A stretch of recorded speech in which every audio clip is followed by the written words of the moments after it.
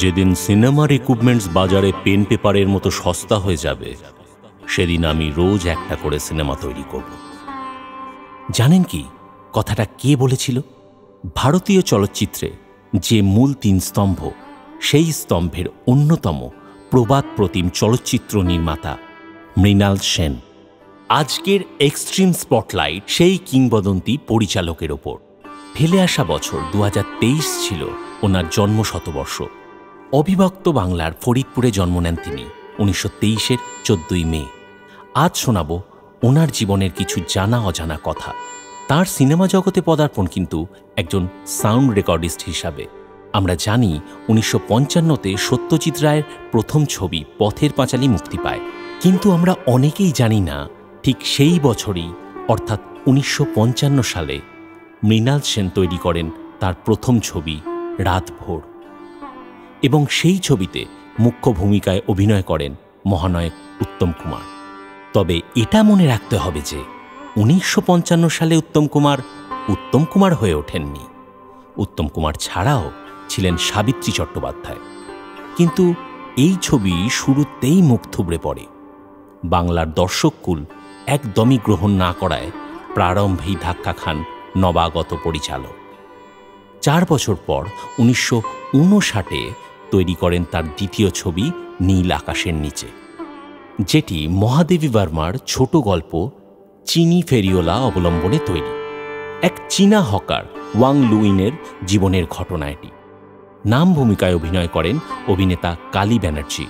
1930-এ তৎকালীন কলকাতা তথা ব্রিটিশ ঔপনিবেশিক ভারতবর্ষ, তার রাজনীতি ও চীন জাপানের যুদ্ধের প্রেক্ষাপট ফুটে ওঠে এই ছবিতে।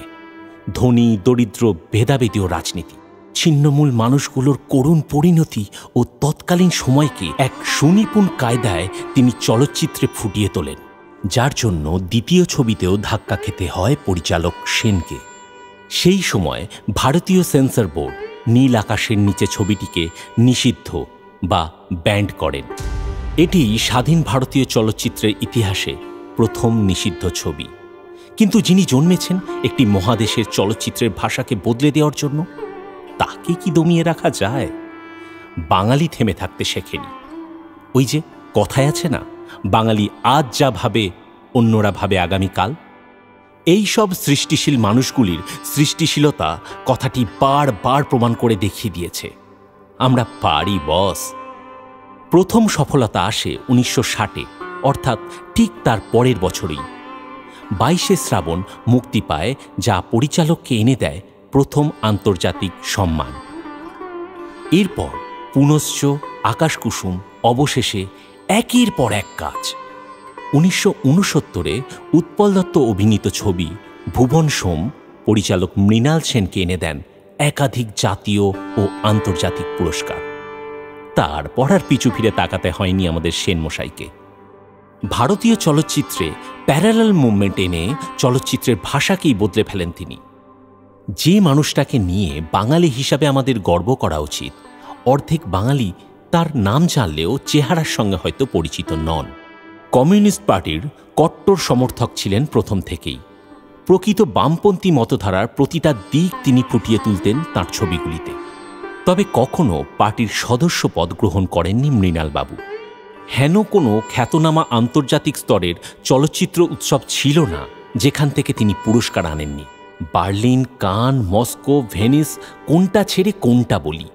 মিঠুন চক্রবর্তী, অঞ্জন দত্ত, রঞ্জিত মল্লিকের মতো স্বনামধন্য প্রতিভাকে তুলে এনেছেন এই মৃণালবাবু। থেমে থাকেননি শুধু বাংলাতে। প্রথম বাঙালি পরিচালক যিনি তেলেগু ভাষাতেও একটি ছবি করেন। এছাড়াও উড়িয়া ও হিন্দি ছবিতে সমান দক্ষতায় ছবি করে গেছেন। পদাতিক, ইন্টারভিউ, চালচিত্র, একদিন প্রতিদিন, আকালের সন্ধানে, কলকাতা 71 ছবিগুলি দেখলে আজও গায়ে কাঁটা দেয়। খুব কম বাজেটে অল্প পরিসরে এই কালোজয়ী কাজগুলি কিভাবে করে গেছেন তা আজও বিস্ময়। আজ যখন বলিউড বা সাউথ ইন্ডিয়ান ঝাঁ চকচকে ছবিগুলি দেখে ভাবেন আমরা কোথায় পড়ে আছি, যারা বর্তমানে সিনেমা দেখেন কিন্তু বাংলা ছবি দেখেন না, বা যারা বর্তমান বাংলা ছবি প্রচুর দেখেন, তাদের অনুরোধ করব একবার ভারতীয় চলচ্চিত্রের ত্রয়ী স্তম্ভ সত্যজিৎ, ঋত্বিক ও মৃণাল বাবুদের ছবিগুলি দেখুন। বুঝবেন কি অসাধ্য সাধন তারা করে গেছেন, যার জন্য ইউরোপ বা আমেরিকার ফিল্ম স্কুলগুলিতে এই তিন বাঙালির ছবিগুলি নিয়ে ক্লাস করানো হয়। এই ভিডিওর মাধ্যমে আমরা এক্সট্রিম আর্টস শ্রদ্ধা জানাই প্রবাদ প্রতিম চলচ্চিত্র নির্মাতা মৃণাল সেন মহাশয়কে। এমন আরও অনেক ভিডিও দেখতে ও বাংলা অডিও স্টোরি শুনতে ফলো করুন আমাদের অফিসিয়াল ফেসবুক ও ইনস্টাগ্রাম পেজগুলিকে ও সাবস্ক্রাইব করুন আমাদের অফিসিয়াল ইউটিউব চ্যানেল ফিকশন ক্লাসিক্সকে।